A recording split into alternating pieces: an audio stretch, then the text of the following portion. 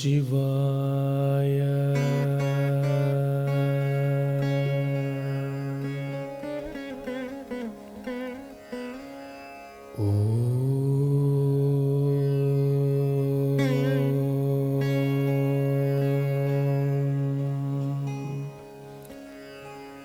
नमः शिवाय।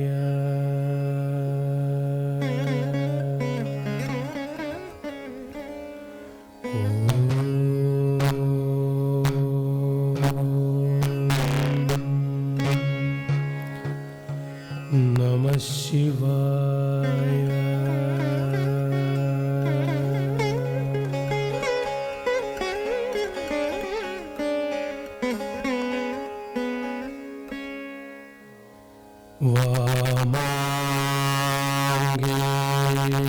वामाङ्गे च विभाति भद्रसुता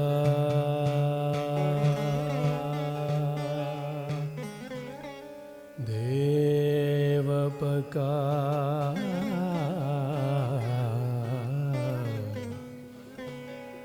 मस्तके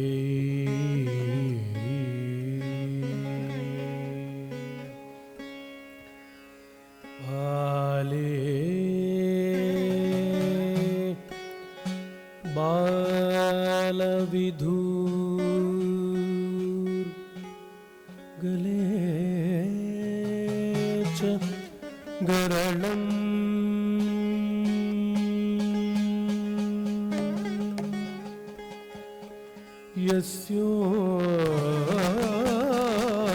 यस्योरसि व्याळराट्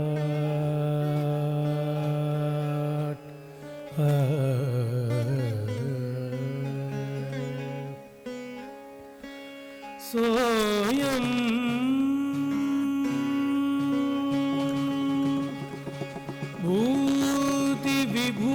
भूतिविभूषणम् विभूषणम्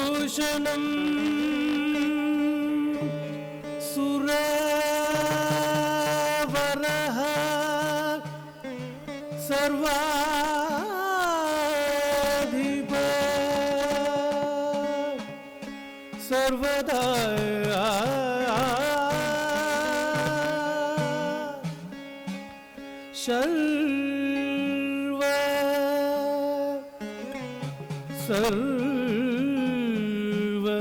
सर्वगतः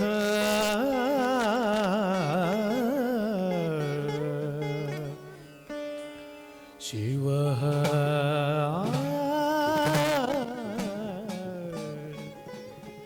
शशिनिभा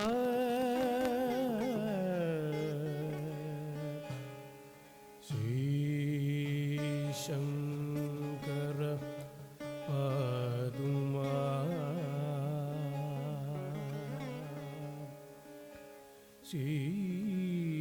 Shri Shankar पादुमा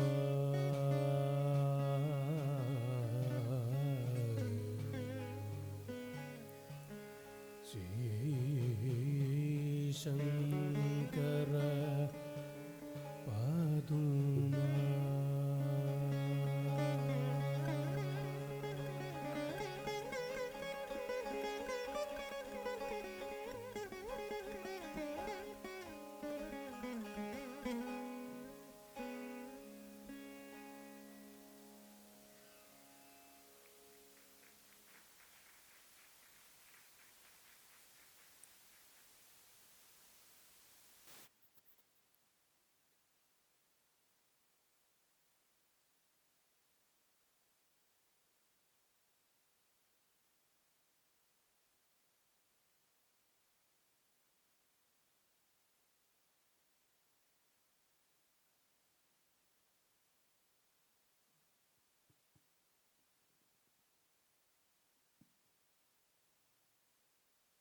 What you just saw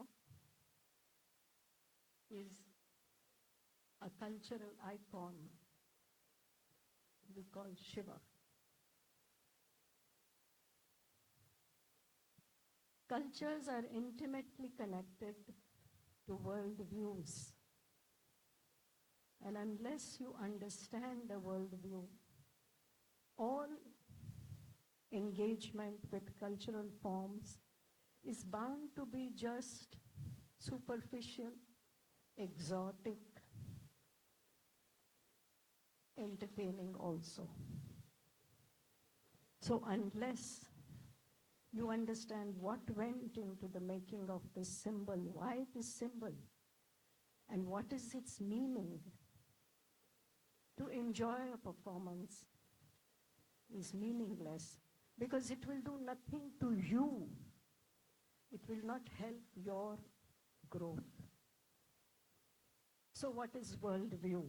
Before we talk of this classical transcendental worldview, what do you mean by worldview? A worldview is a lived philosophy of life. I believe, I see it that way. A philosophy of life that permeates through every aspect of your life, not just the worshipful, not just the religious. It's an approach to living. Otherwise, it becomes mere philosophy. How do you know something is a worldview? A worldview, a comprehensive worldview. We all have worldviews. Children also have worldviews. The problem with our worldviews is they change with our life experience. If you fall in love, you feel love is the best thing. Just fall in love. When you fall out of love, you feel it's a waste of time, don't do it. Your worldview changed. Such a worldview.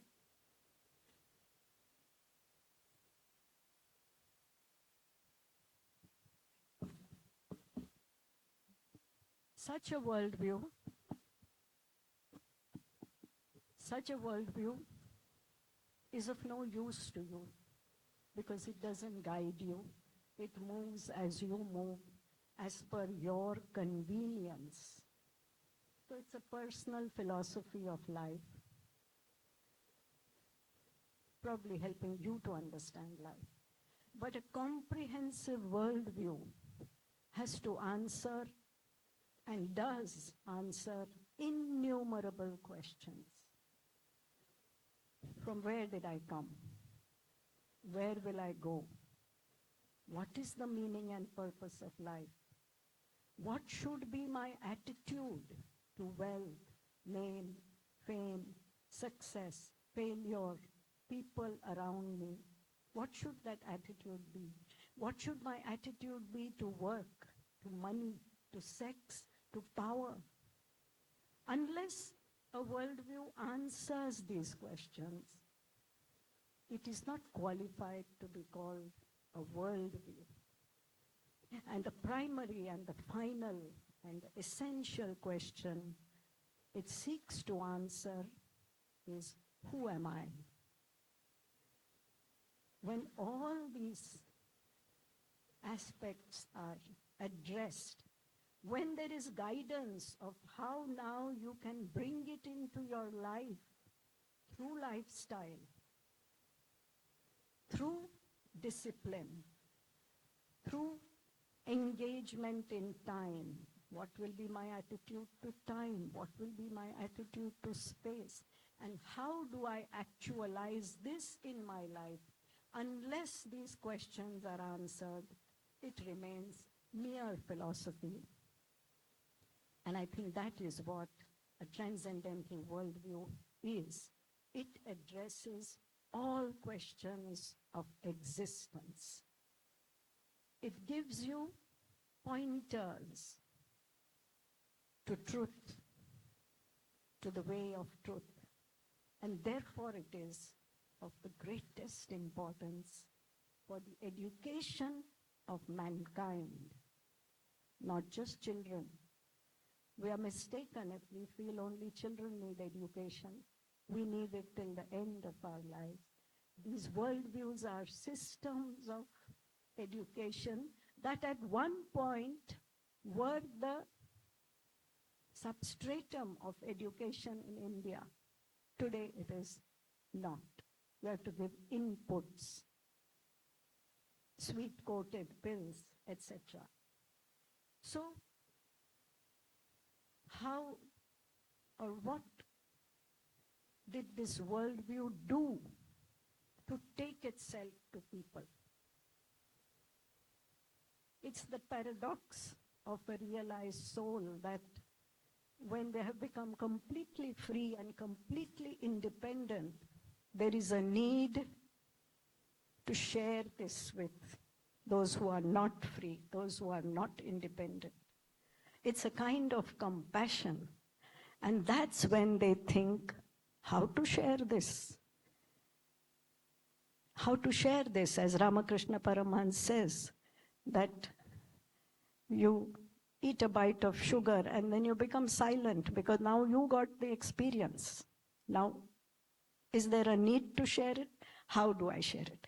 So since time immemorial, sensitive human beings have experienced truth, have experienced dimensions of reality beyond the ordinary, the naked eye, the naked ear. They've just experienced it.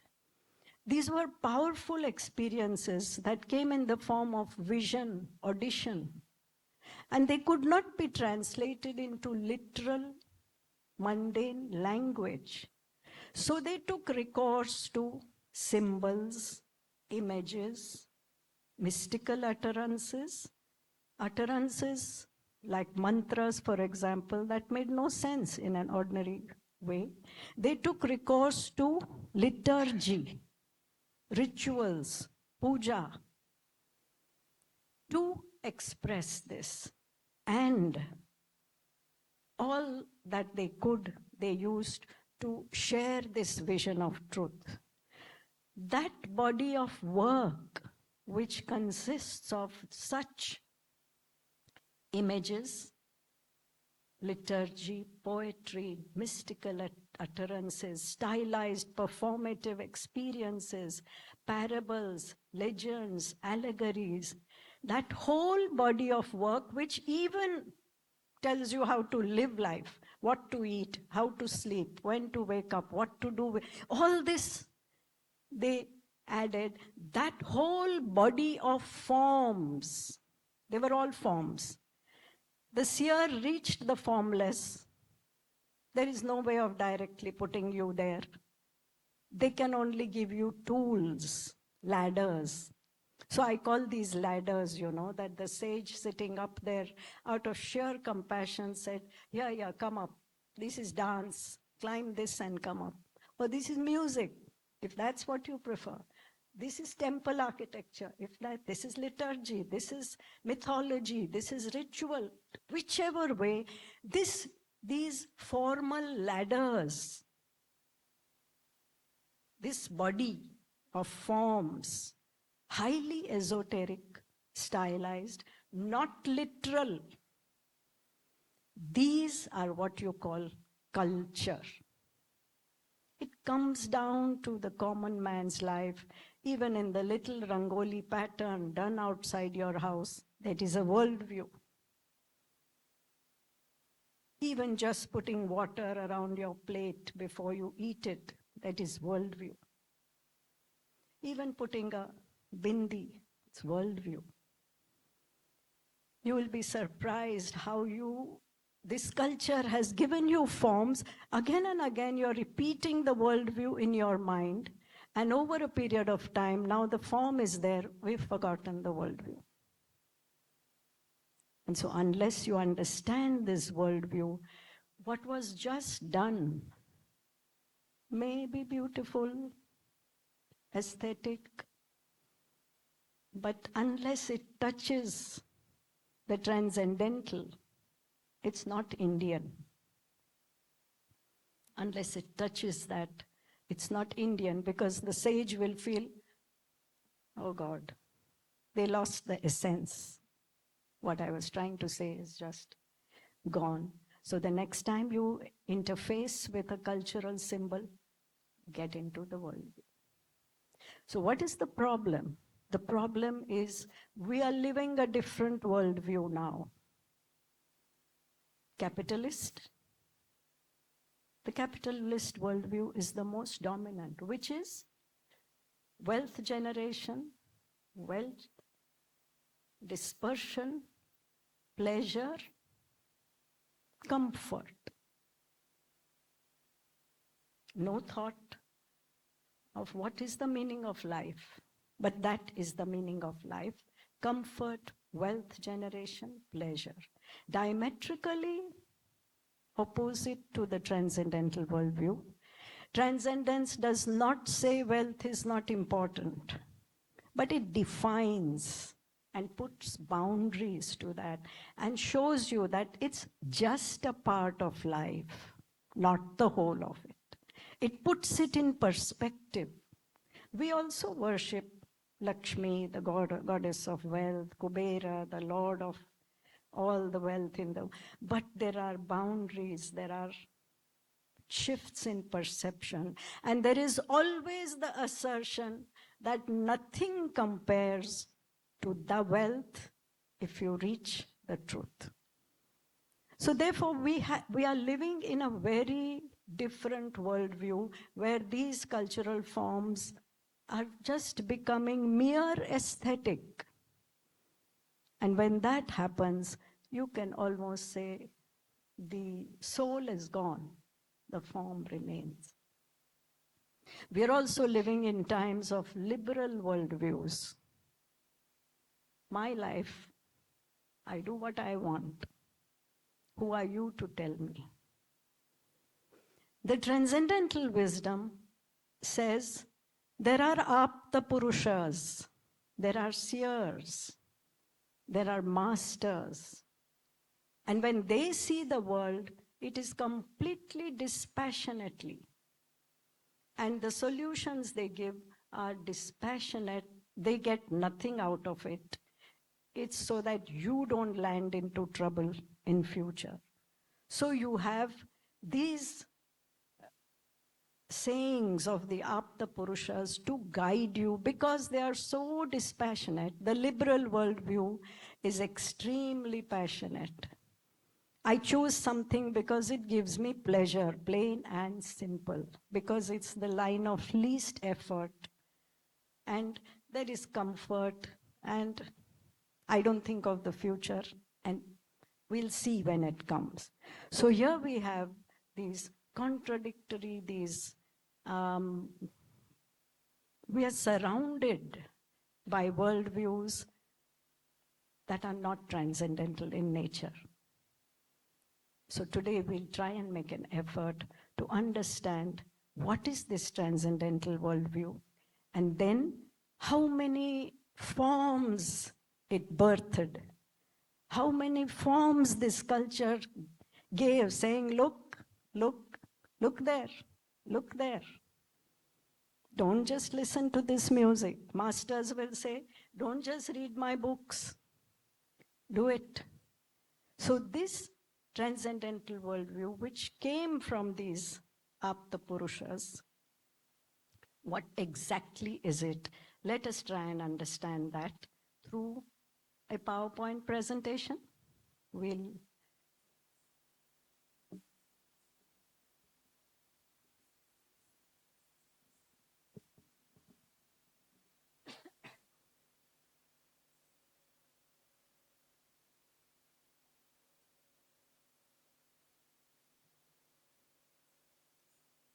We have many misconceptions about a transcendental worldview. We feel, oh, transcendence, why do we need technology? No. Transcendence says, put it into perspective. Nothing in God's creation is useless, but everything has its place. So it's a very inclusive worldview. And it will keep on including as mankind discovers and finds new things. It will include that which does not negate its basic principle. There is a universal cosmic energy that designs everything. Get in touch with that. That's your Reserve Bank. That's your World Bank. What? Get in touch. Get in touch is the only one message they give. Whether they may say, recite the name of Rama, whether they may say, sit silent, they are only saying that get in touch there. The real wealth is there. And then all this can be accommodated. So this is a small PowerPoint with which I'll try to explain the worldview.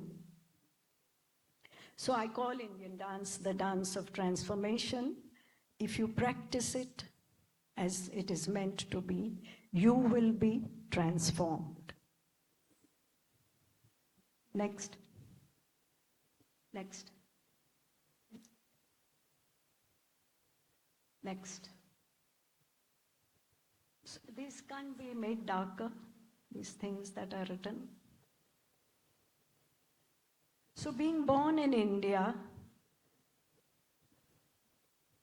you are being initiated into the worldview from day one. Fragments of it. They're just thrown at you. Nobody cares whether you understand it or not. Yeah? The first thing we teach a child is Jai Jai Karo.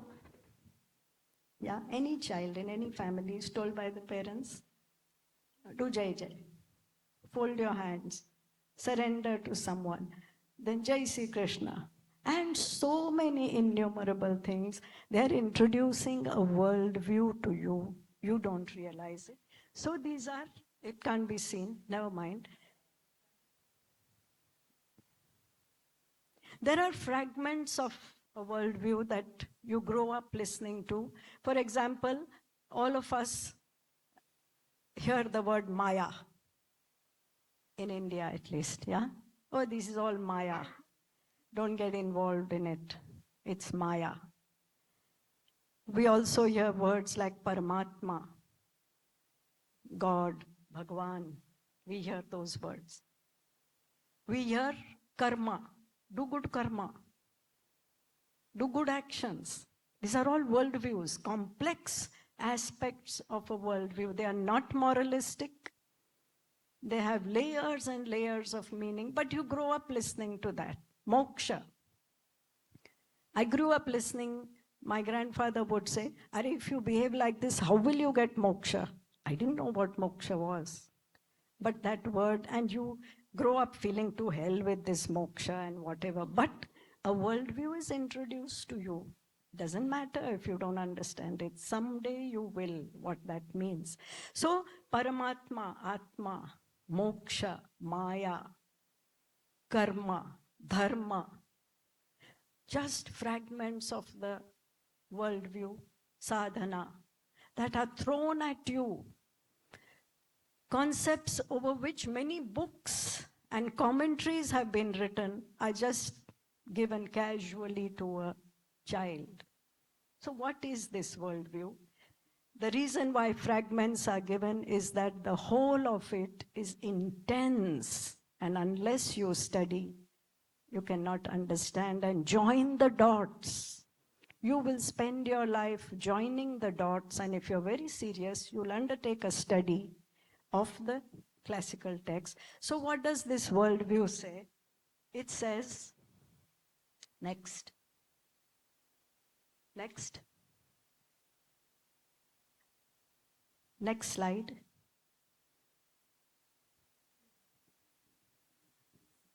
In the beginning, there was nothing.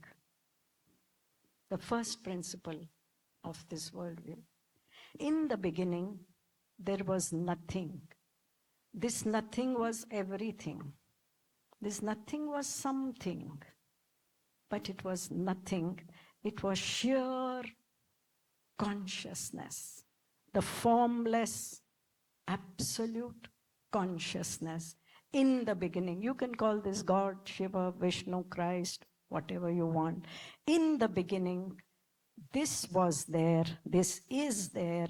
Why? Because something can't come out of nothing. So there must be that base to it. So in the beginning, there was nothing. There was something. There was everything. How do I express it as a form? Because I have to talk to people who can comprehend and grasp a form. So that was expressed as a dot. If you apply this in your life, you realize, yes, through the dot and the drop only everything, and the seed only everything happens. The tree grows with the seed. The design begins with a dot. Man with a drop of semen. This is a symbol. We call it the bindu, the center, the essence. In the beginning, what was there? The essence. God, absolute consciousness, pregnant center. Anything is possible. Laptops, mobile phones, everything is in this. Anything is possible because this energy is that active, rich, and strong. Then what happened? We say there was a big bang. So what does that mean? We don't know. I feel big bang means I don't know, because something happened. And at once, two elements came into existence, time and space, at once. Which is why dance has such a vital role in this worldview, because it's the only art, dance and theater, you can say, which use time and space. All the other arts either use space or use time. But in dance, that is why Shiva dances, because he engages with both the dimensions directly, immediately. So when time and space manifested with the Big Bang, how do I express it now as a form for people to grasp? So design was created. And in that design, next, this is time. The transcendental approach to time is that it is anadi. It has no beginning, no end. It will continue. It has always been. You can't ask who was the first man, anadi. Those questions are not addressed or answered. The answers the Guru will give is, reach there, you will find out. Find out. So, if I have to symbolically express time, it's a circle.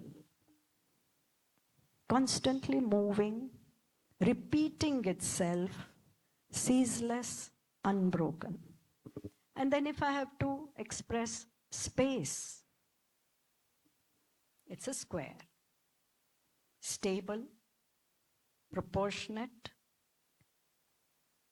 balanced, aesthetic, uniting opposites, no clash, no, but just assimilating, stability, crystallization. So you see, we always called ice as ice cubes. You can make them in any shape, but we say cube. It's a symbol of crystallization, manifestation. So there is time, there is space. So the fundamental point the worldview makes is there is one cosmic energy, absolute consciousness, which becomes this, that. And then from time and space, you have the 5 elements. Again, if you have to express them as design or diagram, you will find that the first, earth. So 5 elements. Earth binds you to the ground. Next, water, horizontal, floats. Next, fire rises. If it falls, it's not fire. Fire rises. Wind blows. It's diagonal in nature. And ether is everywhere. So the transcendental worldview also talks of cosmology. How did this world come into being? And then everything is space. So earth, water, fire, air, space. If you study the zodiac signs, then these signs have qualities: earth sign, water sign, fire sign. So the philosophy talks about qualities. What are the qualities now of life? Life has qualities. You, me, the dog, the cat, the trees. We are all same, but qualities differ. The highest quality is sattva. What do you mean highest quality? It's not a moralistic thing. It's as simple as, can I see God through this? Then that is sattva. If somewhere I can sense and perceive this higher energy, then my consciousness has sattva. If I can't, so sattva is that quality which is, you can say, centripetal. It takes you towards the center. It makes you see God, however hazy, but you see a divine hand in everything. First quality is sattva. Second is rajas. Rajas is like this. But in rajas, I'm not even concerned. There could be a God, there couldn't be a God. I'm interested in my family, my job, my bank balance, my security, my future, my grandchildren. But that's all. It's a very short-sighted. Sight is there, but short. Sattva is long-sighted. And lastly, you have, please turn the slide. Lastly, you have next, tamas. Tamas is this dark curtain. I can't see anything. Tamas is inertia, sloth, laziness, darkness, sleep, disinterestedness, apathy, couldn't care less. I have just no energy. If you see, they are all levels of energy. That is why in the transcendental disciplines, energy work is very important, because unless you change your consciousness level, all will seem false to you. So this universe, the first principle of this worldview is, in the beginning there was one, nothing else. Pure, rich, consciousness, absolute. But nothing was happening. So we have a myth in the Vedas that Prajapati, he felt, I am one, I want to be many. Why do you marry? Why do you have children? You are one, you want to be many. Why? So that you can enjoy with them, so that you can know yourself through them, so that they can know themselves through you, so that you engage with life.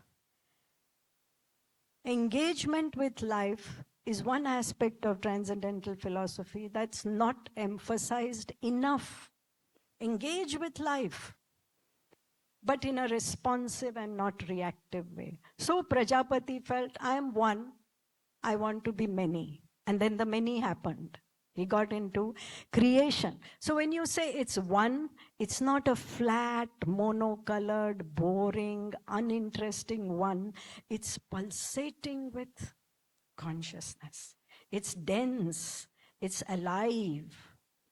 And then that one wants to manifest. According to Kashmir Shaivism, because that one is eternal, that one is indestructible, that one has always been there, will always be there. But if you want to create, you have to adulterate that one. Just as from pure gold, you can't make ornaments. You have to adulterate it, then they will be, you can subject to fire, make. So that one needed to be adulterated. Kashmir Shaivism says there are 36 adulterations till you come to ground earth. Keep on adulterating. I don't know what word to use for this. Adulteration does not sound like a very positive, but transformations, which the cosmic being himself does, herself or himself or itself, these transformations. And when they happen, you have earth, water, fire, air, wind, sattva, rajas, tamas, the raw material. 5 elements, 3 qualities. Together, this whole universe is nothing but that. Whatever you can see and think and feel and do and imagine is nothing but that. So this view says, this padartha is only these things. Life is just these things, nothing but. Life is a chemical journey, Buddhism says. These are just chemical reactions, don't get so involved. So from the one, the many emerges. Again, this many is not random reproduction of any kind. How do you know that? Everything is precise. 3 gunas, 7 lokas, 14 lokas, 5 indriyas, 7 bodies. Precise. So this creation from these is not random. It's designed perfectly. And so you have species and plants and animals and human beings. The difference between you and me and this and this and this and this, it is nothing but a difference in elements and gunas. This permutation and combination. And the cosmic artist, limitless. Look at our faces, our bodies. There's no duplication. What is this? And systems are set up. The creator doesn't go individually and micromanage. Systems are set up, self-working systems. Things will happen. And everything will have a seed. And you sow that seed and it will grow and like that.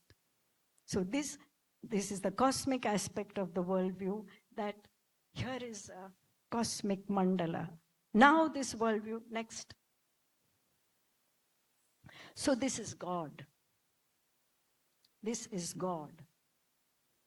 The fundamental difference between transcendental worldview and other worldviews is the question of God, or the question of one supreme energy. Capitalism won't discuss it. Liberalism will not, has no idea. It's too narrow. The transcendental addresses and says, yes, there is one supreme energy. You can't say childish things like, okay, if it is there, show me. Go find it. Go find it. That is the meaning and purpose of life. In a transcendental art, the meaning and purpose of life is, what is this thing called supreme cosmic energy? I want to find it. Then the masters say, are you prepared to give up everything then? Then take this journey. And the master can't put you there. You take the journey. So fundamental to transcendentalism is there is a God. We put this concept of absolute consciousness into an image like Shiva, so that you can easily understand the qualities of this absolute consciousness. How do I understand? If I tell you, so-and-so, a friend of mine, you'll want to see a picture. You'll want to see where he stays, how does he look, you need a form.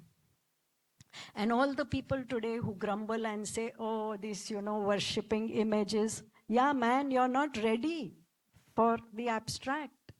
They were created out of compassion for you, because you can't grasp. The masters have always said, come, there is actually no form, nothing, just come. But we have a problem, because we are in this sattva, rajas, tamas. We are not able to overcome the form.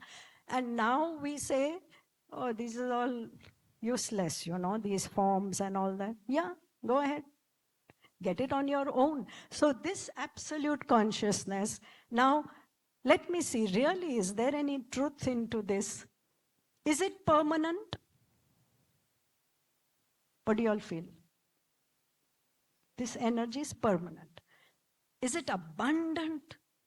Like limitless. We've not even created an instrument to measure it because there's none. Is it creative energy? Which just, look, if you go to a jungle or you feel, oh, how many species? My God, what? This is crazy. So it's highly creative. Human beings are of innumerable types, trees, flowers, birds, everything innumerable. Is it rich, this consciousness? Is it independent? If nothing is there, it still survives. Is it independent of everything? It's a state of love, which means it has no conflict. It's a state of love. It's a state of joy. Conflict with whom? With what? It's a state of absolute. Neither beginning, nor end, nor birth, nor death. Absolute, it is one. Now we have to answer this simple question. Am I looking for these things in my life? Anybody here who says, I don't want peace, I don't want love, I don't want joy, I don't want richness, abundance, creativity? Any of us here? Are you looking for this in your life? Big or small? Indian or non-Indian? Are we looking for this? So what are you looking for? God. Now how old-fashioned is that? Our grandmothers and great-grandmothers said, you know, I want to go and sit at the feet of God, and we laughed at them. But you are searching the same thing. How many centuries later? So if this is the search of mankind, then this is where it will be fulfilled. Till then, all will be incomplete.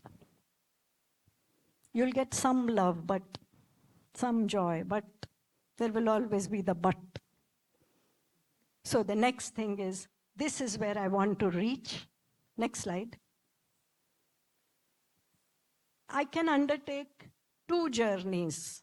All of us have that choice, and there is no compulsion from the Shastras that do this or do that. There is one, the outward journey. More money, more cars, more relationships, more pleasure, more of everything that is pleasurable and satisfying. I have that option. Nobody can stop me from it. There is the other journey which says, leave, leave, leave. And that is called the inward journey, because forms are outward. The outward journey is external. The inward journey is back into your psychology, into your psyche. So, the outward journey is Maya. What is Maya? Why do we call it Maya? Of course it exists. If I buy a Mercedes, of course it exists, and yeah, I get pleasure out of it. So where is the Maya? It is impermanent. This Mercedes you got, it's impermanent. It's uncertain. Anything can happen to it. This partner you got, anything can happen.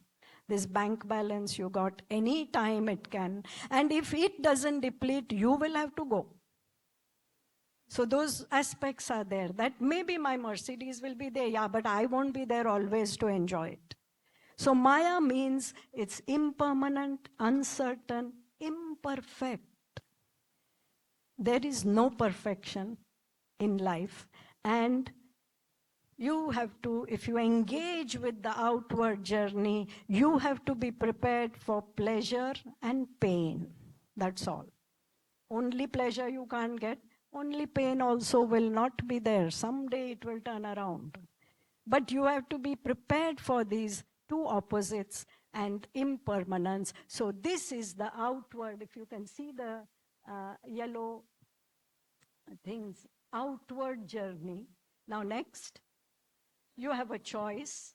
You can take the inward journey, in which case this is what you can get if you take the inward journey. And next, this is a mandala which explains very briefly what is the worldview of transcendentalism. Basic, one becomes the many. And in becoming the many, it is adulterated. What is the adulteration? Pleasure and pain enters. The one had peace, love, and joy. Now when it became many, it became impure, impure, impure, impure. Now pleasure and pain became two opposites. Now the game of life is, in the many, you find the one. And in this one, you accept the many. This is the meaning and purpose of life. Go towards the one. Doesn't mean in some time in future, some other place. Right now, engaging with the many. Find your one in it. Find that absolute consciousness in it, because it's there.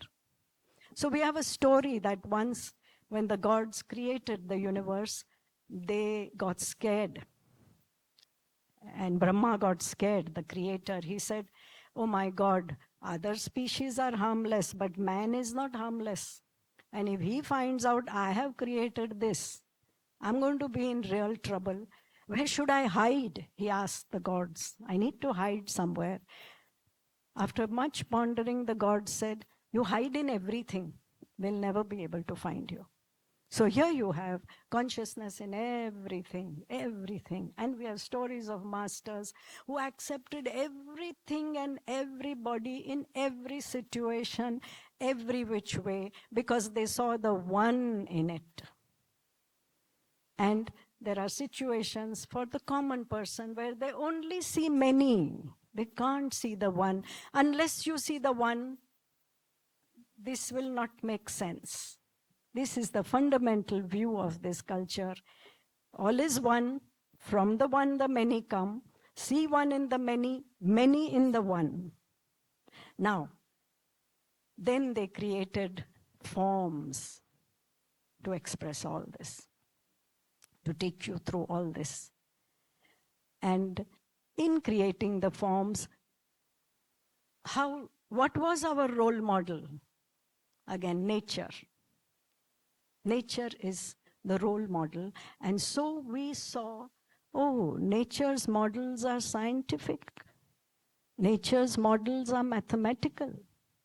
Nature's models are aesthetic. And so based on this study, we created forms that were mathematical, proportionate, rules, regulations, laws. Just as there are cosmic laws, the art forms had artistic laws. What does this mean? What do we mean when we say it is laws, arithmetic, mathematics, and then unviolable laws like nature has? So what is the quest of this culture? How can I reach this absolute? Through art.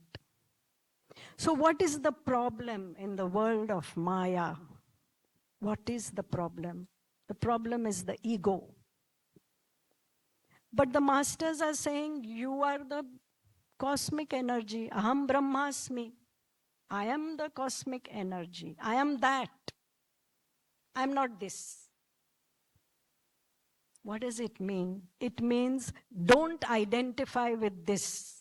You are not your gender, you are not your bank balance, you are not your profession, you are not the role you are playing in life, you are not this tall, thin, fat, short, you are not this, you are, but don't identify with it. It's a passing vehicle you've got. Identify with that. Say, I am that. So twice a day we are advised to pray. What is that prayer? Just getting up in the morning and saying, I am that. And now I'll become all this in the course of my day-to-day life. Again, when I go to bed, I say, I am that. What all has happened is like a dream, is not important. Will change tomorrow. And anyway, I can't take anything with me. Why worry? So, the entire emphasis of, and this is where it applies to the arts, the entire emphasis of the classical arts is, if you are not this person, the search is for the non-personal. Non-personal. Anybody who has learnt Indian dance will know that Your personality is just thrown. The teacher doesn't care. You know, students always say, Miss, it is not going like that, the hand. Well, that's your personal point of view. Put it. You are not this person. You can do anything. How can I break the person in the artist? This transcendental philosophy has affected the form of the art, the content of the art, the temperament that the artist is supposed to cultivate. And in one principle, it is, I am not this person, break the personal.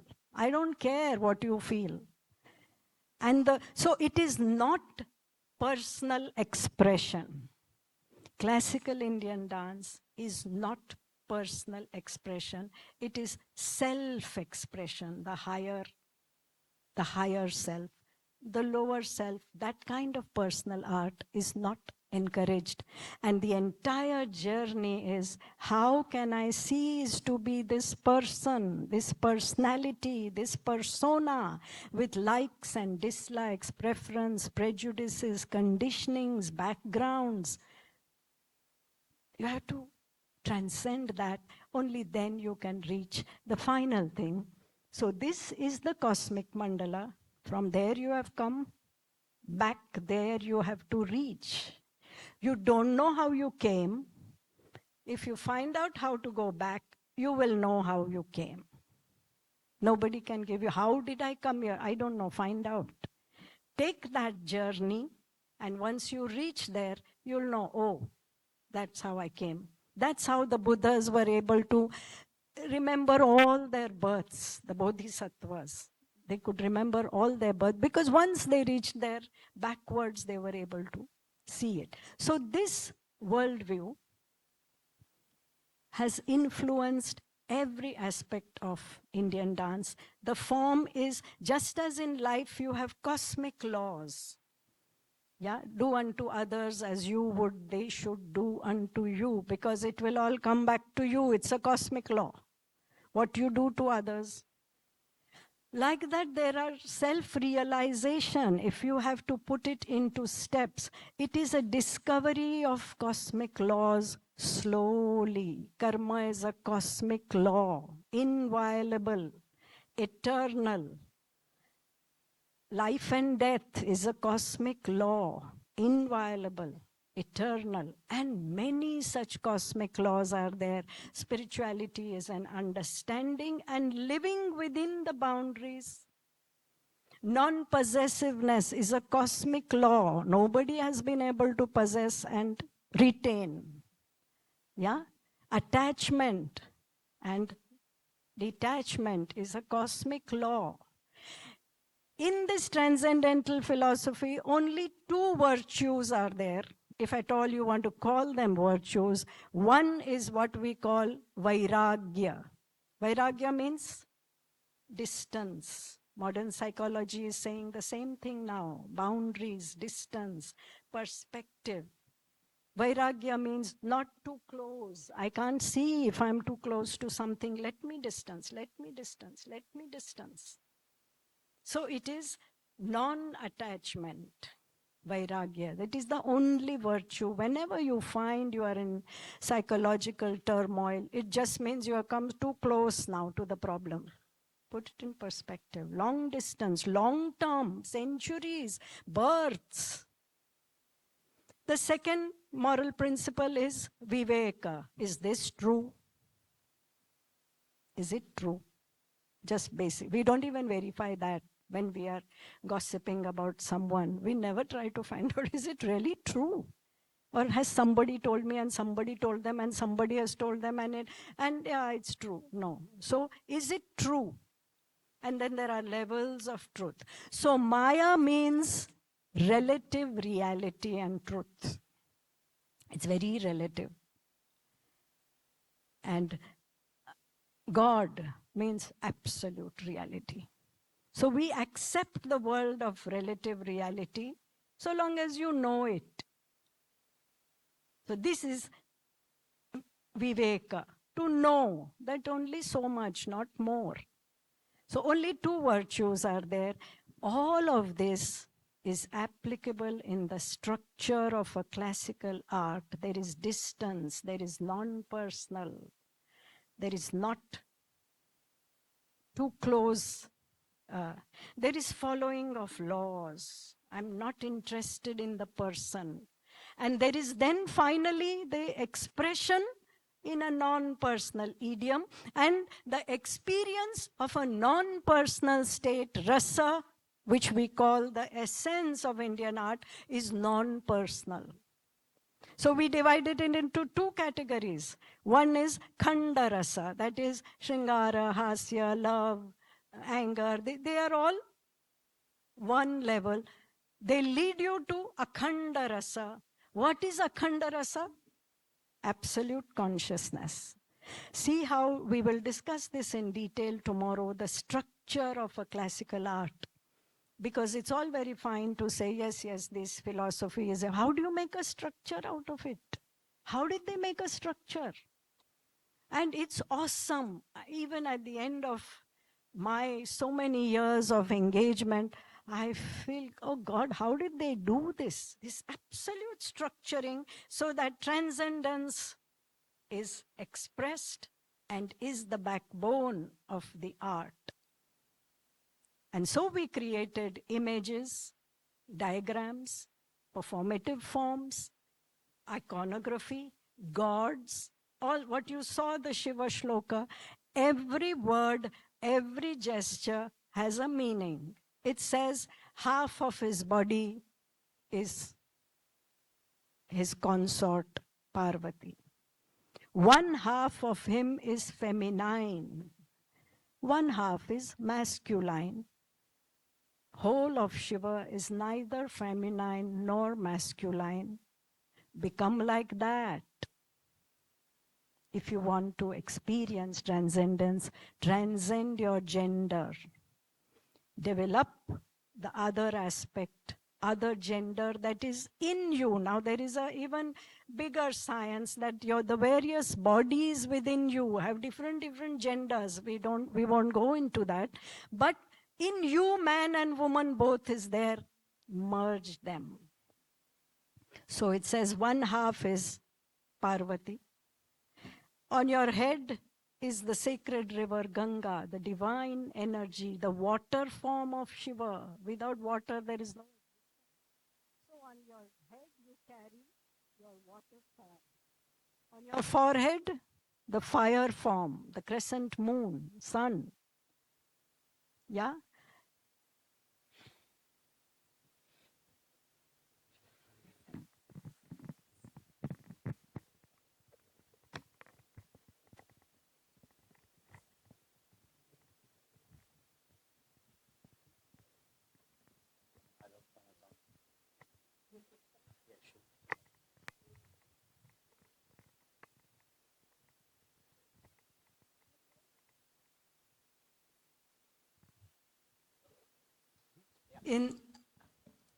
On his forehead, the fire form. Snakes, not just one, many. Here he has poison. This is very significant. Poison stands for negativity.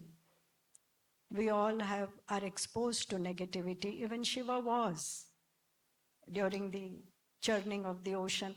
But in our case, the negativity goes down to our gut. And then it spreads into every bit of us. We become negative. But Shiva said, it will stay here. Because here there is this process of filtering, the Vishuddhi Chakra. It will do the alchemic thing.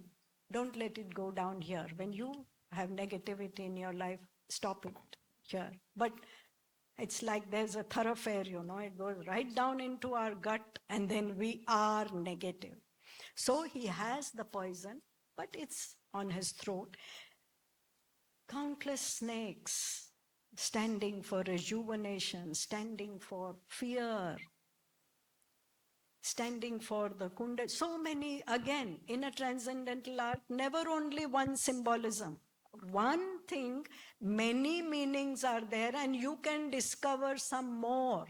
It's a very creative expression where I don't have to listen to only what the rishis said. I may see something else in it.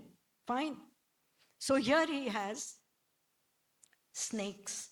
He's smeared with ashes, death. The whole of the transcendental philosophy has come from a study of death. Who am I when I am asleep and when I'm dead? I'm not my bank balance, I'm not my gender, I'm not the roles I play, I'm not the position I hold, I'm not the profession. Who am I when I am asleep? And who is it when I wake up tells me I slept well?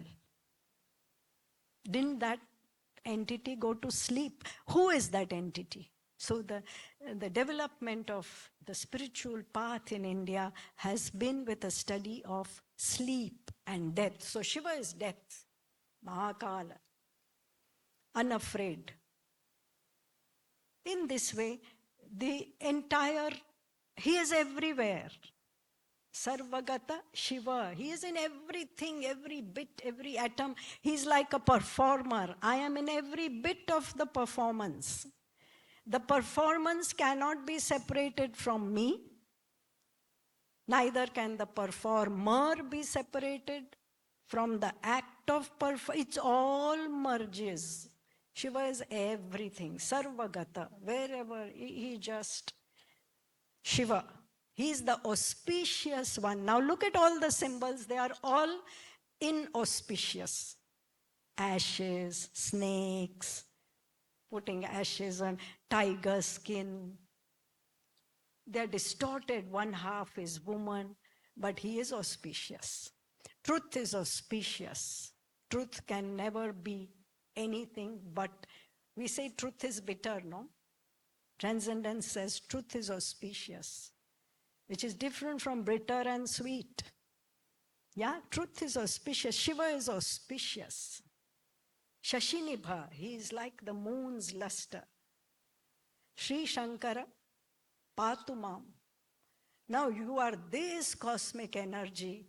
Till I merge with you, at least you look at me and help my life. So devotion, surrender. You are that energy, but till you reach that, you have to surrender, surrender, surrender. So in this one shloka, the whole of transcendence, in this one shloka, the transcendental form of art is expressed. Today, it becomes difficult to understand these things because another monster has arisen, entertainment, which is not art. Entertainment has no worldview at all. Entertainment says escape. Life is tough. It's a very empirical understand. Life is tough, just explained, escape through sound, light, noise. Forget yourself. It's a state of unconsciousness. This art says, become conscious, more. Entertainment says, forget it. That's also effort. I'm tired at the end of the day. I don't want to. Become unconscious. Go to sleep. Eat popcorn. Do what you want. Go to sleep when a song comes. Go out, take a smoke. Anything. It is any way to escape, no? So he says smoking is also escape. This is also escape. So this whole monster of another worldview, which is the baby of capitalism. Entertainment has been given birth to by capitalism. And classical dance and music, Indian, by a transcendental philosophy, see the vast difference. And yet even we dancers aspire to the entertaining while following this. You imagine how schizophrenic we are. Because I'm living in a world that is saying entertain. I'm practicing a form that is saying, no, don't be unconscious, don't escape, rise up. I haven't the energy. I'm also working at a 9-to-5 job. I give in to entertainment. Entertainment says be unconscious. It's okay to be unconscious. Eat fast food, watch films that are negative, silly, and just it's okay. We've lost the courage. So that's what capitalism does to you. When it's all outward, when it's only money, the first thing you lose is courage. We have lost this courage to look within, to have the strength, moral strength, to face the demons inside. And so the classical arts require these workshops. Otherwise, why are they required? Because we are living in another worldview and we are watching a form from another worldview. And we don't know how to process. Also, you have talks. It was not like that in the past. You just saw these forms. They were done in the temples. People were meditating, singing to God. There one dance was seen. It blended into the ecosystem. The ecosystem was this transcendental worldview, which said yoga is the purpose of life. To become one. 4 types of yoga are there. One is my mind and body must become one. Which means I don't say one thing, do another, and believe in a third thing. I'm eating pizza and saying, no, I shouldn't be eating pizza. Then don't. But this conflict. I'm saying one thing, but in my mind I feel, no, that is not what actually. And emotionally, look how fragmented man is. It's like a car with 4 wheels, all wheels going. How will that ride of life be? So the first yoga, Hinduism says, forget everything else. First, are your energies matching, integrated? Join your mind and body. Do what you say what you think what you feel. First yoga. Second yoga, nature. Live with nature, seasons, geographies, and all other aspects of nature. Eat, drink, sleep, live in reverence of this God's work that is around you. Be with it, learn from it. How many things you can learn from nature which will sort out man psychologically. No competition. Trees don't compete with each other. Finished. No stress. So live with nature, in tune with nature, the yoga with nature. You'll have to do these consciously because now the ecosystem is not transcendental. Now you have to make that choice. You want it, do something about it. Otherwise, you'll be carried away in that flow. The third yoga, people. People are important and they will always be of different types and you may not like them. You may be one with people. So community, social, emotional bonding was also yoga. Then the Shastra said, if all these yogas you do successfully, maybe you will be one with God. Maybe, no money back guarantee. There's no guarantee because it's very subtle and you have to become subtle. So if these yogas happen, then definitely someday you will be one with this consciousness. This is the goal of a transcendental ecosystem. Tomorrow we'll discuss how this is translated into art. I'll have Aneri present one piece, Ganapati. Again, like Shiva, it's a symbol of this transcendental philosophy. But it's a symbol I can see, offer laddus to worship. Human beings need relationship. These images were created so that you could be in a tangible relationship. It's a long journey from tangible to intangible, form to formless. They help you from personal forms, keeping your husband's photo, keeping your child's photo. This is a personal form. Now keeping Ganapati's photo, now this is impersonal form. and finally, formless. This is the ladder. The personal is not encouraged. In the past, there were not even those possibilities. You didn't have a phone, you didn't have photographs. And parents learned to keep their children in their heart. But now we need FaceTime. So has this made us more independent or less? Has this made us poorer or richer? Is what we need to understand. So the personal was always limited in the past, minimum. The impersonal, which was the gods, the stories of the gods, the rituals, and finally, even that you were told to transcend. You stop that image worship. Ramakrishna Paramhans, one of our greatest sages, when he met a Vedantic teacher, he was told, you first kill this goddess, because he was a great bhakta of goddess. His Totapuri, his guru said, you first kill this goddess, otherwise you won't progress now. So you are meant to even transcend the form and reach. So it's a long journey. One such symbol is Ganapati. Aneri will explain it to you. Aneri is a very, very serious student of Indian dance. She loves and she tries and to bring into her life and understand this transcendental worldview. I don't give certificates or degrees, but these are life goals. She's a fine artist also.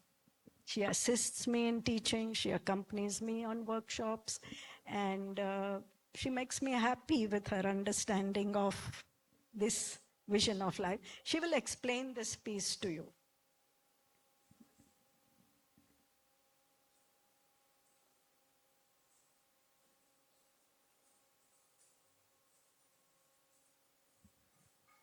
Namaskaram.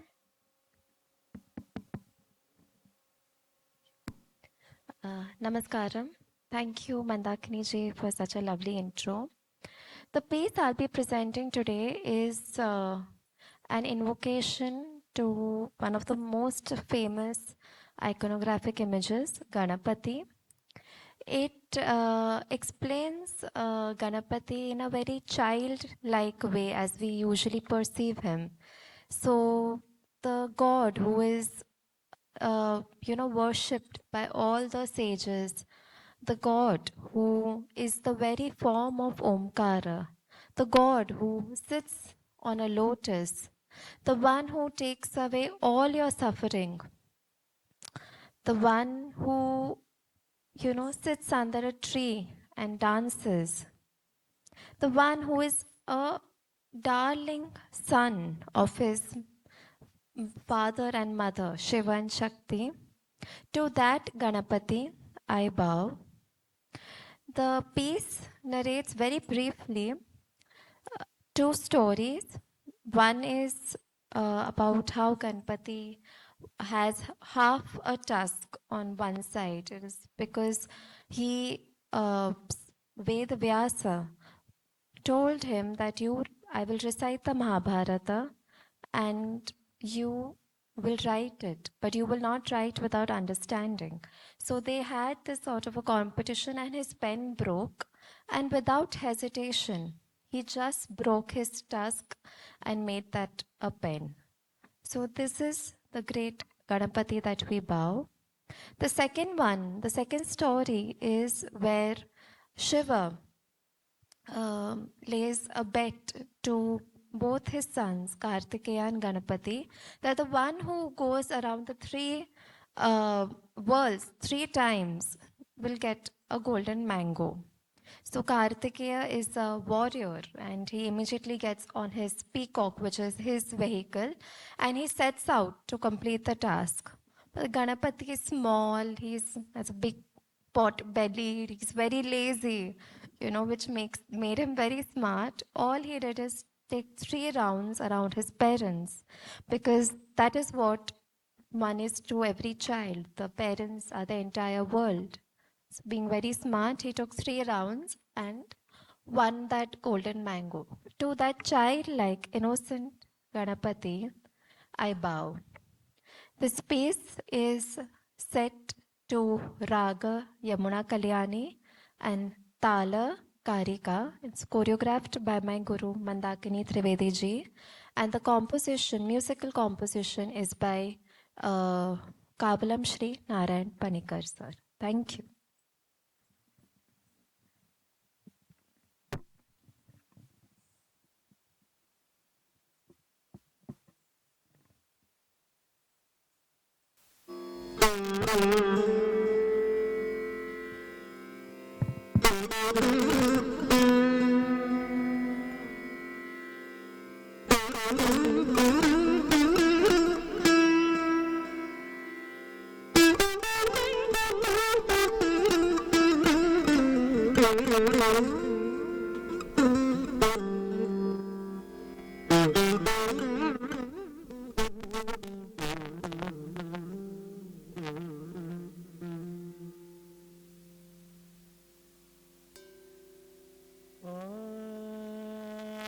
आदि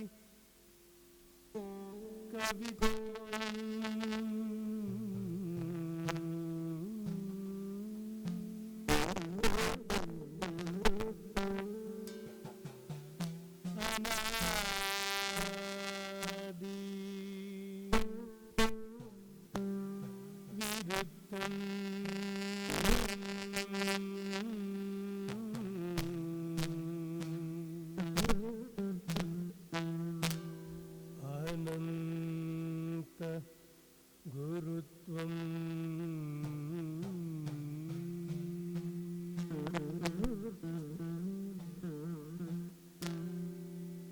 अमोघ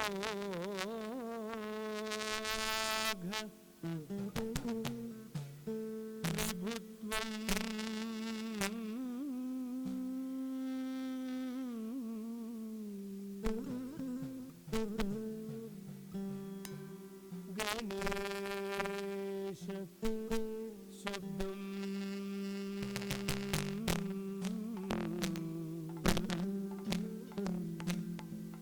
श्री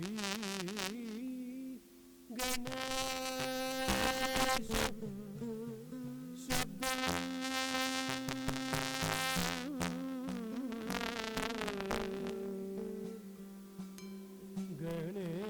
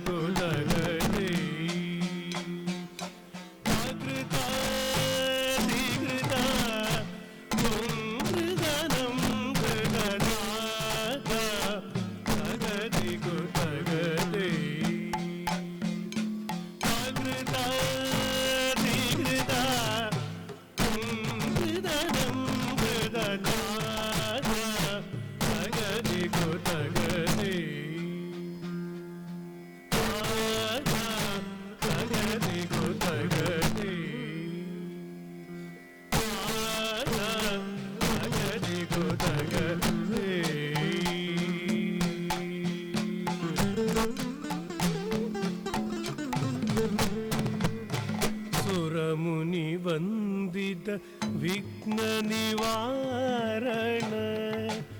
सुरमुनिवन्दित विघ्ननिवारण सुरमुनिवन्दित विघ्ननिवारण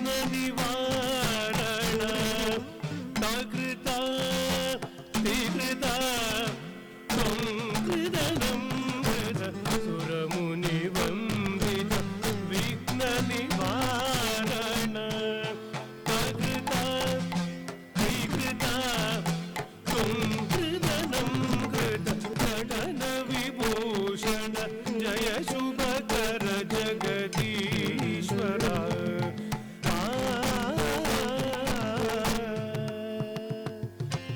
नटन विभूषण जय शुभकर जगदीश्वरा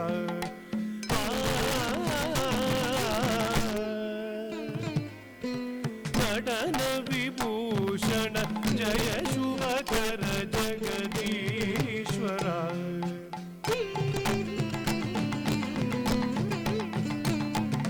नटन विभूषण जय शुभकर जगदीश्वरा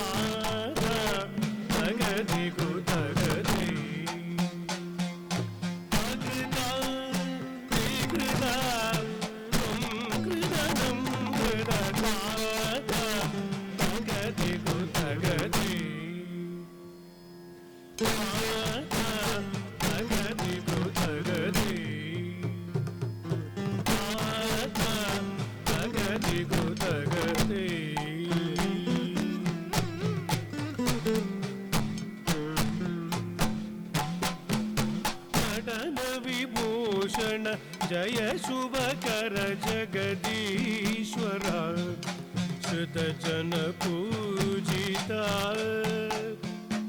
बुद्धि प्रिय सिद्धेश्वर कयतो पय्यपो मूषिक वाहना मूषिक वाहना मूषिक वाहना वेगानिलसम वेदव्यास कृतिरचना कुशल वेगानिलसम वेदव्यास कृतिरचना कुशल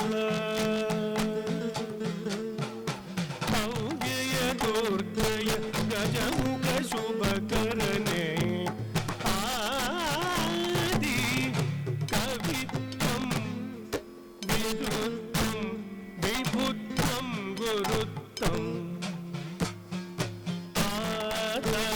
तगति गुतगति अकृत विकृत कृतनं कृतता तगति गुतगति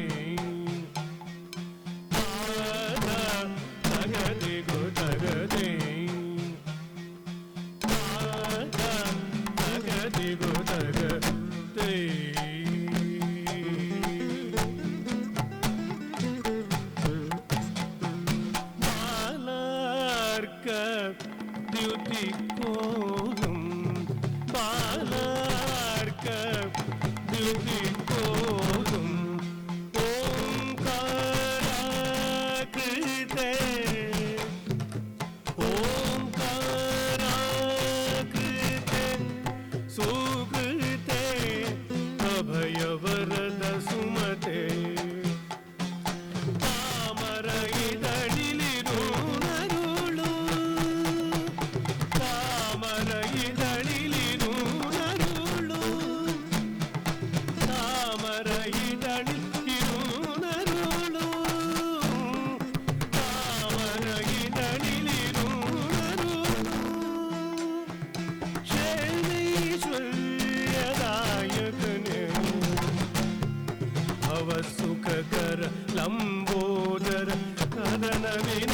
विनाशक भवसुखकर लम्बोदर कदन विनाशक गणनायक गुणिने नमः दय्यतुम् अम्मकिम् अच्चनु मोमन नामामृत अभिमान भाजनमे अच्चनु मोमन नामामृत अभिमान भाजनमे अच्चनु मोमन अम्मक्यु मोमन नामामृत भाजनमे अच्चनु मोमन अम्मक्यु मोमन नामामृत भाजनमे अच्चनु मोमन अम्मक्यु मोमन नामामृत भाजनमे अच्चनु मोमन अम्मक्यु मोमन नामामृत भाजनमे ताग तगदि गो तगदि तगद तिगद तुम कृदनं कृदजात तगदि गो तगदि तगद तिगद तुम कृदनं कृदजात तगदि गो तगदि तगद तिगद तुम कृदनं कृदजात तगदि गो तगदि तगद तिगद तुम कृदनं कृदजात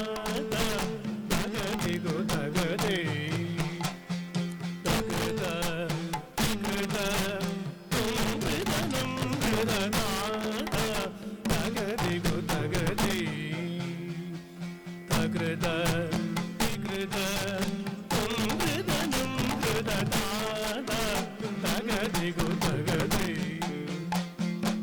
तगद तिगद तुम कृदनं कृदजात तगदि गो तगदि तगद तिगद तुम कृदनं कृदजात तगदि गो तगदि तगदि गो तगदि तगदि गो तगदि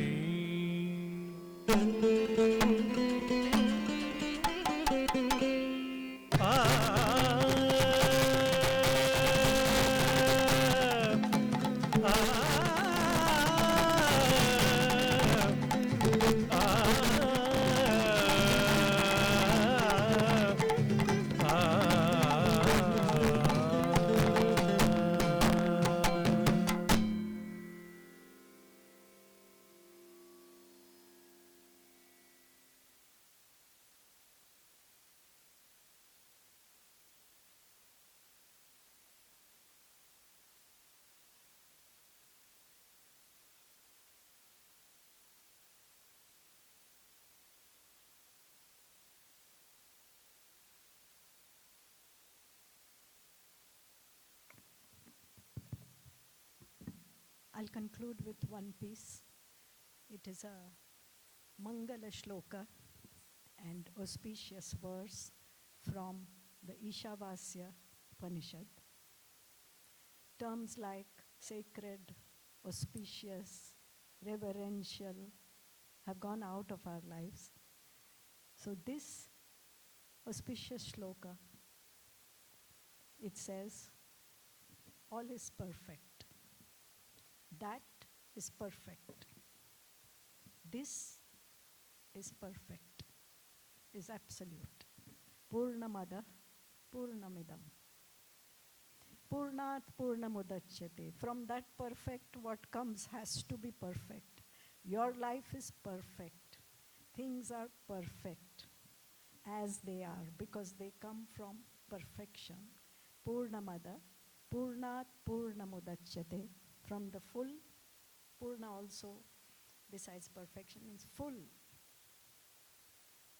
Purnat Purnamudachyate. Purnasya Purnamadaya. From the full, if you take away the full, yet the full remains. This is nature. If from our bank balance somebody takes away something, we have less. But in nature, from the full is subtracted, and yet nature never depletes, never wants, never is lacking. Purnat Purnamudachyate, Purnasya Purnamadaya, Purnameva Vashishyate. Only the perfect, the full remains. I have tried to bring in the concept of the 5 elements and the 3 gunas: earth, water is shown like this, fire, wind, and space. All come together, the one surrounded by the 5. These are all mudras. I tried in this choreography to use mudras rather than dance gestures, mudras that come from meditation or rituals. And that's all. It just describes this in a choreographic form. I've tried to use karanas from the Natya Shastra, abstract movements, because this is a completely abstract piece. It's not mythological like the piece which she did. It's not about ritual and worship. It's just simply meditative. Thank you.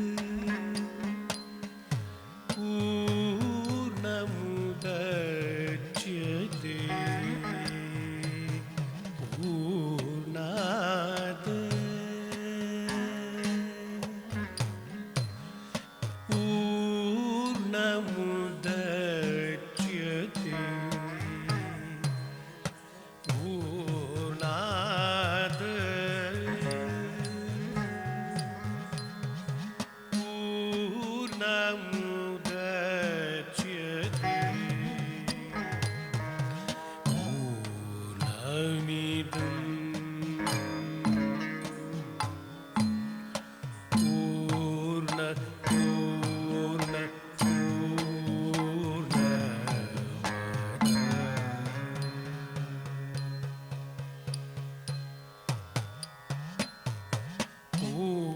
पूर्णस्य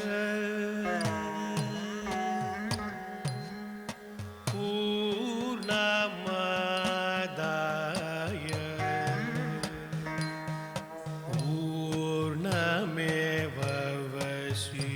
पूर्णमेवशिष्यते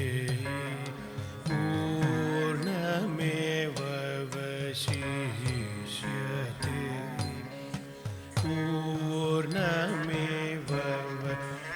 पूर्णमेवशिष्यते पूर्णमिदं पूर्ण पूर्ण पूर्ण पूर्ण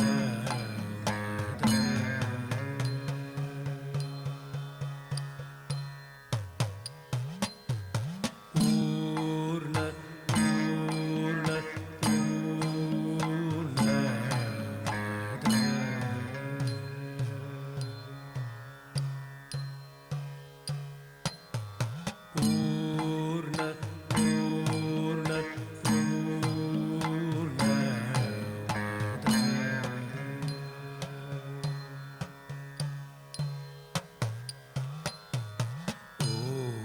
पूर्ण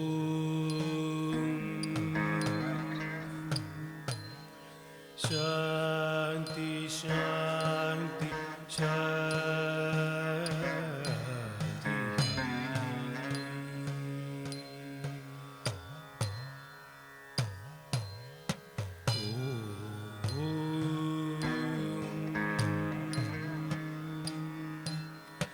शांति शांति